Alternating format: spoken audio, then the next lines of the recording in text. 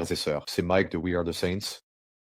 J'ai un message pour vous aujourd'hui, pour un groupe de personnes en particulier. Et le Seigneur m'a parlé de cela hier, donc j'ai reçu la confirmation aujourd'hui d'aller de l'avant et de le partager, alors je l'ai fait. Je voulais juste venir ici et dire rapidement deux, trois petites choses avant de commencer. Je veux remercier tout le monde pour leur aide au cours des 6 derniers mois environ. Et je sais, c'est aussi un appel à tous ceux qui écoutent ou et, et qui peut-être sentent dans leur cœur que le Seigneur leur demande de faire quelque chose.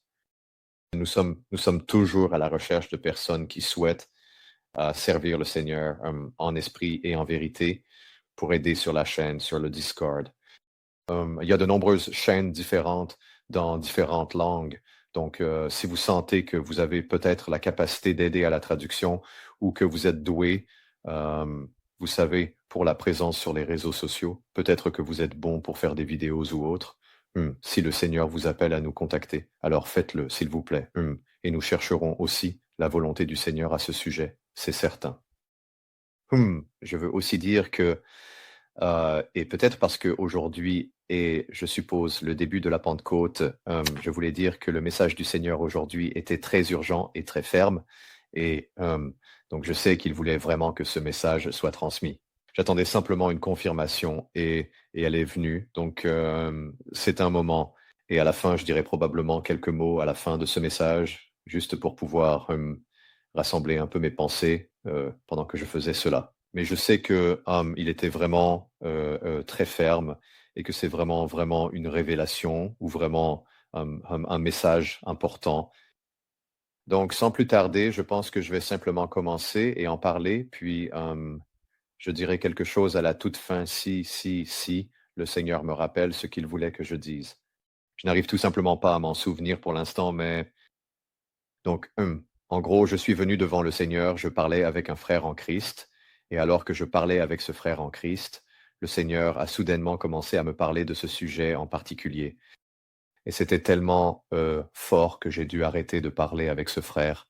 Puis je suis allé devant le Seigneur et j'ai immédiatement dit, Seigneur, je sais que tu veux me parler, après que j'ai parlé avec un frère en Christ. Qu'as-tu à me dire? Et juste pour donner le contexte, il a commencé à parler et je ne l'ai pas interrompu, donc tout cela vient du Seigneur.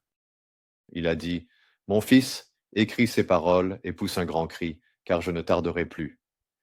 Car j'ai bel et bien vu l'affliction de mes enfants et de mes innocents, ceux qui ont été déformés par leur propre peuple, élevés dès leur jeunesse à craindre leurs prochains, à craindre leurs dirigeants, et qu'on force à commettre toutes sortes de maux. À mes innocents, je suis le Seigneur Dieu, Yahweh, Adonai et Elohim. Je suis votre étreinte forte, votre protecteur. Et ta main droite, je suis ton Rédempteur et ton salut. Tous ceux qui s'attachent à moi recevront mes récompenses, car j'accomplis une œuvre dans ce pays. De ma main rapide, je frapperai le mal dans vos cœurs, vous, dirigeants et commandants, qui vous êtes souillés et avez poussé votre peuple à vous adorer et à vous placer au-dessus de tous les autres. Je vous ai déjà vu et je connais vos œuvres, et la puanteur de votre méchanceté est parvenue jusqu'à mes narines. Car c'est moi qui viendrai à vous, et vous tremblerez, et vous saurez que je suis le Seigneur, car il n'y en a pas d'autre comme moi. Non, je vous abaisserai parce que vous vous êtes exaltés. Je vous humilierai, vous serez abaissés, et je ferai fondre votre cœur. Je suis le Dieu de toute la création, le Dieu d'Abraham, d'Isaac et de Jacob. Et j'ai parlé. Les murailles de Jéricho seront brisées lorsque mon peuple marchera pendant 7 jours. Alors l'ennemi s'enfuira et prendra la fuite. Le nord et le sud seront de nouveau réunis, car les prières des saints se sont élevées vers moi comme un mémorial. N'écouterai-je pas? Ne répondrai-je pas à mes fidèles? En vérité, je vous le dis, je vengerai mon peuple, mes saints et mes brebis, car je suis jaloux de mes enfants et la vengeance m'appartient. À vous, dirigeants, je dis, repentez-vous, repentez-vous, repentez-vous, et je vous épargnerai. Demandez mon pardon et je vous l'accorderai. Venez à moi avec un cœur humble, et je vous permettrai d'accéder à l'arbre de vie, car je suis un Dieu miséricordieux, plein de tendresse et de bonté. Mon peuple vous pardonnera aussi, et vous me connaîtrez tel que je suis réellement. Je suis le chemin, la vérité et la vie. Nul ne vient au Père que par moi. Vous connaîtrez l'amour comme vous ne l'avez jamais vu auparavant. Vous pleurerez et vous lamenterez sur vos voix. Je ne tarderai pas. J'aurai pitié de qui j'aurai pitié. Et ce fut la fin du message. Donc ce message s'adressait vraiment à un lieu ou à un peuple spécifique. Heu, Lorsque je parlais avec un frère en Christ, j'ai ressenti, une vague de tristesse envahir mon cœur, et j'ai su que le Seigneur, ressentait quelque chose à ce sujet. Et puis il a commencé à parler, et alors je me suis dit: «D'accord Seigneur, je dois finir ma conversation et me préparer, prendre mon carnet et mon stylo pour noter cela». Et c'était très ferme et c'était vraiment, direct. Et il a dit: Vous savez, les prières des saints et les prières de son peuple ne restent pas sans réponse. Vous savez, la prière peut déplacer des montagnes. La prière est l'équivalent spirituel, vous savez, d'une réaction nucléaire. Cette petite étincelle et boum, cela a une puissance énorme. Alors continuez à prier. Continuez à prier pour vos proches, continuez à prier pour vos, proches, continuez à prier pour vos dirigeants.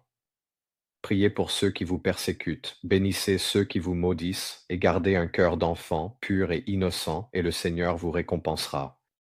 Ceux d'entre vous qui gardent leur innocence seront protégés, et ceux qui pensent pouvoir affronter le monde ou la situation seuls, sans avoir besoin de Dieu, c'est à ce moment-là qu'ils échoueront. Alors gardez courage. Et vous savez que Dieu vous bénisse, et j'espère vraiment que ce message atteindra ceux qui ont besoin de l'entendre. Et si quelqu'un souhaite me contacter, n'hésitez pas à le faire.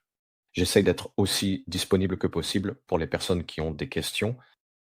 J'ai une équipe qui m'aide à ce sujet parce que parfois c'est tout simplement accablant. On n'arrive pas à tout gérer, mais nous avons mis en place un très bon système. Et donc, nous avons des personnes formidables pour nous aider dans cette tâche. Et maintenant, ceci s'adresse, vous savez, aux pasteurs, ministres et prêtres qui enseignent à leurs troupeaux. Eux, vous savez, faites attention à votre message. Faites attention à l'origine de votre message, car c'est de l'abondance du cœur que la bouche parle. Tout ce que vous dites vient de votre cœur. Assurez-vous que votre cœur est en règle avec le Seigneur. Assurez-vous que les gens comprennent la nécessité de se repentir.